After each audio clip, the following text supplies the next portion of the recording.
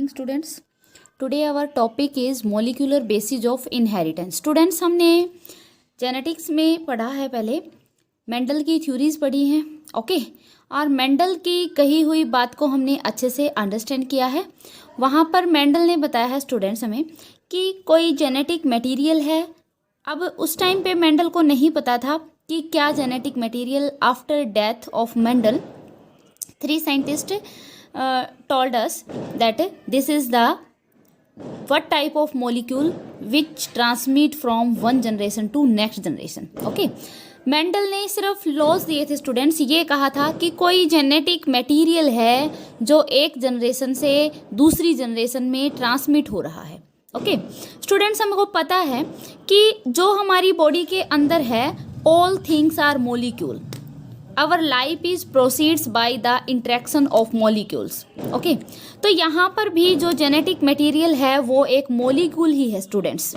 Okay बच्चों, तो वो एक मोलिक्यूल ही है। तो यहाँ पे क्या है जो इनहेरिटेंस पैटर्न है, मीन्स इनहेरिटेंस का मतलब होता है ट्रांसफर फ्रॉम, सिंपल लैंग्वेज में कहूँ आपको, transfer from generation to generation, generation to generation, यानी कि जो चीज़ जनरेशन टू जनरेशन इनहेरिटेड हो रही है that substance is a molecule. Okay बच्चों, यहाँ पर वो चीज़ जो है मोलिक्यूल होती है। और कौन सा मोलिक्यूल बच्चों? The DNA is the genetic material, you can say DNA is the genetic material which transmit information from one generation to next generation. यहाँ पर बच्चों DNA ही वो जेनेटिक मटेरियल है जो एक जनरेशन से दूसरी जनरेशन ट्रांसमिट करता है इंफॉर्मेशन को। स्टूडेंट्स, अब बात आती है व्हाट इज DNA। DNA अगर मैं आपसे पूछने बैठूं तो आप हजारों आंसर दे देंगे, ओके कि DNA क्या है। ठीक है बच्चों, लेकिन यहाँ पर हम मोलिक्यूलर बेसिस पढ़ रहे हैं। तो क्या है DNA? It is a macromolecule. Okay बच्चों, मैक्रोमोलिक्यूल आपको पता है लार्ज साइज का, लार्ज मोलिक्यूलर वेट का मैक्रोमोलिक्यूल बोलते हैं। Okay students, it is a macromolecule और you can say it is a polynucleotide, polynucleotide. And what is the meaning of polynucleotide? Polynucleotide means polymer of nucleotides. Means poly means many. Many nucleotides get attached to each other or form molecule called DNA. ठीक है बच्चों, यहाँ पर जो nucleotide है वो monomer unit है और यू कैन से यहाँ पर न्यूक्लियोटाइड काफ़ी सारे इकट्ठे होके DNA का स्ट्रक्चर बनाते हैं। बच्चों, कोई DNA को अगर हम वैसे देखें स्ट्रक्चर में तो हमें हेलिकल स्ट्रक्चर दिखाई देता है। DNA के बारे में आप लोगों को पता है, काफ़ी टाइम से पढ़ रहे हैं, 11th में भी, 10th में भी, 9th में भी DNA के बारे में हमने पढ़ा है। बट अगर हम देखें कि DNA एक्चुअल में है क्या, तो एक जिगजैग स्ट्रक्चर हमें मिलता है DNA का। ओके बच्चों, आपने स्टार्टिंग में बिल्कुल ऐसे ये जिगजैग स्ट्रक्चर DNA का पढ़ रखा है, तो आपके माइंड में ये आता होगा कि कोई वायर लाइक स्ट्रक्चर है ये।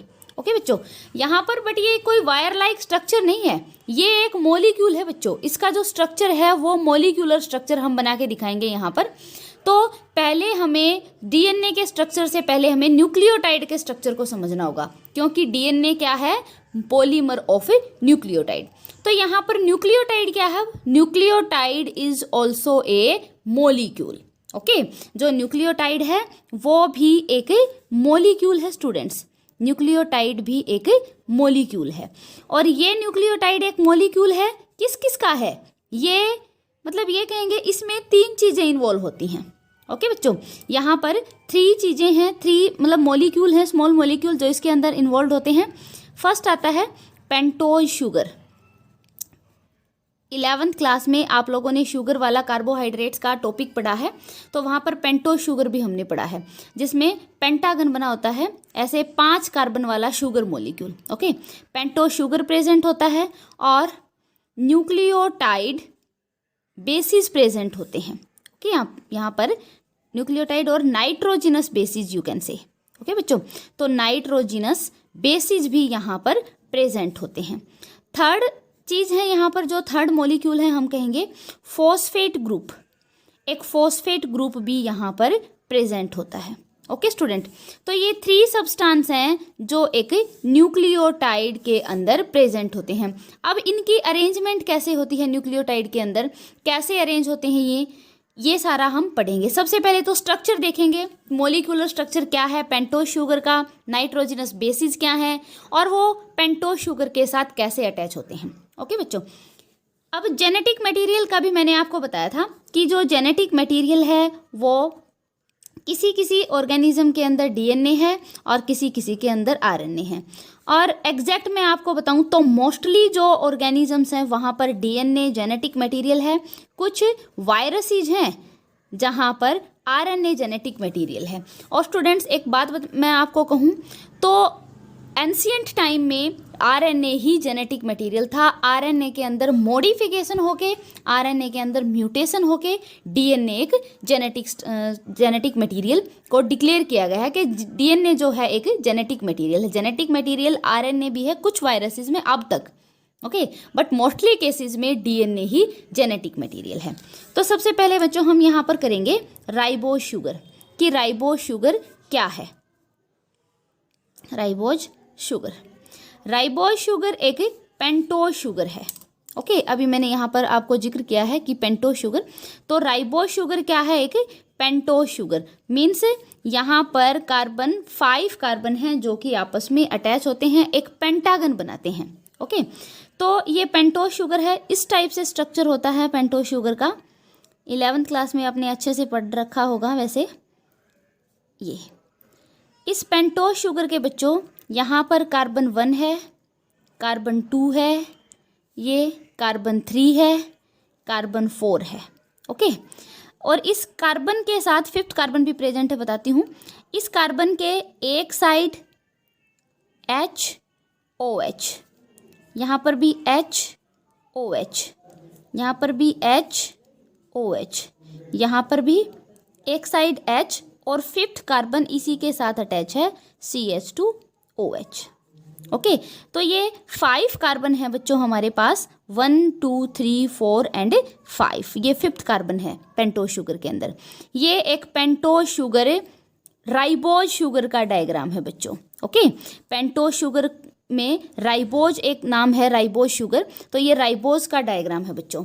और डीएनए की फुल फॉर्म आपको पता है, बहुत पहले से ही मैं डीएनए की फुल फॉर्म करवा रही हूँ आपको, डीऑक्सी राइबोज शुगर। ओके, यानी कि इस राइबोज शुगर को डीऑक्सी कर दिया मतलब। और आरएनए की फुल फॉर्म क्या होती है, राइबो न्यूक्लिक एसिड, यानी कि वहाँ पर राइबोज एज इट इज है। तो ये जो शुगर होता है ये आरएनए के अंदर प्रेजेंट होता है बच्चों। बट अगर डीएनए में हम स्ट्रक्चर पढ़ेंगे तो डीएनए के स्ट्रक्चर में सारी चीज़ें एज इट इज प्रेजेंट होती हैं, same to same pentose sugar जैसी, राइबोज शुगर जैसी। बट वहाँ पर जो सेकंड कार्बन मैंने आपको बताया है, यहाँ पर एक H ग्रुप प्रेजेंट होता है OH की जगह, यानी कि ऑक्सीजन यहाँ से रिमूव हो जाएगा, तो ये डीऑक्साइज हो जाएगा।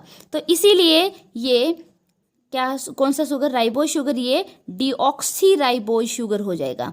और ये डीऑक्सी राइबोज शुगर ही प्रेजेंट होता है डीएनए के अंदर। ये एक बेसिक डिफरेंस भी है बच्चों, यहाँ पर ये बेसिक डिफरेंस भी है डीएनए और आरएनए के अंदर, कि डीएनए के केस में तो डीऑक्सी राइबोज शुगर प्रेजेंट है एंड आरएनए के केस में राइबोज शुगर प्रेजेंट होता है, और डीऑक्सी के केस में ऑक्सीजन रिमूव होता है सेकेंड पोजिशन से। बच्चों ये बात ध्यान रखने की है कि सेकेंड पोजिशन से डीएनए ग्रुप होता है, कार्बन 2 से डीएनए ग्रुप जो है वो।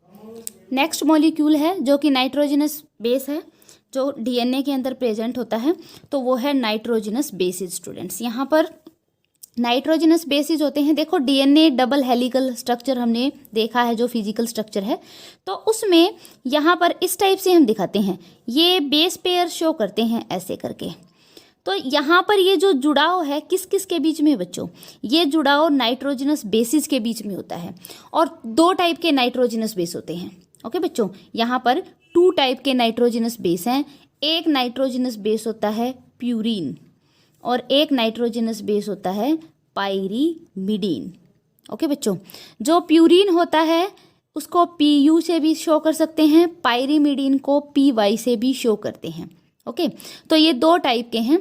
प्यूरिन जो होता है बच्चों, ये डबल रिंग स्ट्रक्चर होता है, मैं ये डिफरेंस बता रही हूँ साथ के साथ, ये डबल रिंग स्ट्रक्चर होता है। पायरीमिडीन जो है सिंगल स्ट्रक्चर प्रेजेंट होता है। नाइट्रोजनस बेस इसलिए बोलते हैं इनको क्योंकि यहाँ पर हेक्सागोन रिंग के साथ अल्टरनेट पोजीशंस पे नाइट्रोजन्स प्रेजेंट होते हैं, इसलिए इसको नाइट्रोजनस बेस बोलते हैं। और अभी मैंने बताया आपको जैसे कि प्यूरिन जो होता है डबल रिंग स्ट्रक्चर है, तो प्यूरिन में एक पेंटागन हेक्सागन के साथ जुड़ा होता है, ये डबल स्ट्रक्चर बन जाएगा। ये 9 रिंग स्ट्रक्चर है स्टूडेंट, यहाँ पर 9 मेंबर प्रेजेंट हैं एक रिंग के अंदर, मतलब 2 रिंग अटैच हैं उनमें 9 मेंबर प्रेजेंट होते हैं। और इन केस ऑफ पायरीमिडीन, अगर हम पायरीमिडीन की बात करें तो वहाँ पर एक सिंगल हेक्सागोनल रिंग केवल प्रेजेंट होती है, इसके अंदर 2 रिंग प्रेजेंट नहीं होती हैं। और यहाँ पर अल्टरनेट जो है पोजीशन पे डबल बॉन्ड प्रेजेंट होते हैं बच्चों। ओके अल्टरनेट पोजीशन पे, इसमें भी अल्टरनेट पोजीशन पे ही डबल बॉन्ड्स प्रेजेंट होते हैं।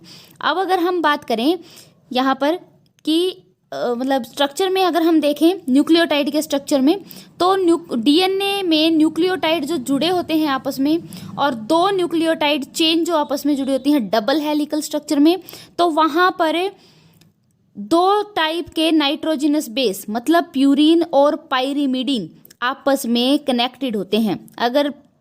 अगर डबल हेलिकल स्ट्रक्चर के डबल हेलिकल जो ये स्ट्रेट लाइन प्रेजेंट होती हैं, इन चेन में एक साइड प्यूरिन है तो ऑब्वियसली दूसरी साइड पायरीमिडीन है, एक साइड पायरीमिडीन है तो दूसरी साइड प्यूरिन प्रेजेंट होता है। बच्चों यहाँ पर एक रूल दे रखा है, ठीक है, एक रूल दे रखा है चारगफ ने, चारगफ साइंटिस्ट थे, उन्होंने एक रूल दिया था। चारगफ के रूल को अच्छे से बताऊंगी जब DNA का स्ट्रक्चर हम करेंगे। ओके स्टूडेंट्स, तो यहाँ पर फिर नेक्स्ट 3rd टाइप का मॉलिक्यूल आता है हमारे पास, फॉस्फेट ग्रुप। ओके बच्चों, फॉस्फेट ग्रुप भी प्रेजेंट होता है जो कि पेंटोज शुगर के साथ अटैच होता है। ये जो फॉस्फेट ग्रुप है हमारे पास, ये इस टाइप का ऑक्सीजन कंटेनिंग फॉस्फेट ग्रुप है जो अटैच होता है पेंटोज शुगर के साथ। स्टूडेंट्स डायग्राम मैं बताती हूँ नेक्स्ट वीडियो में आपको, मॉलिक्यूलर डायग्राम जो कि बहुत ही इंपॉर्टेंट है नीट के पॉइंट ऑफ व्यू से भी और CBSE के पॉइंट ऑफ व्यू से भी। Then you can understand within next video. Okay, have a nice day.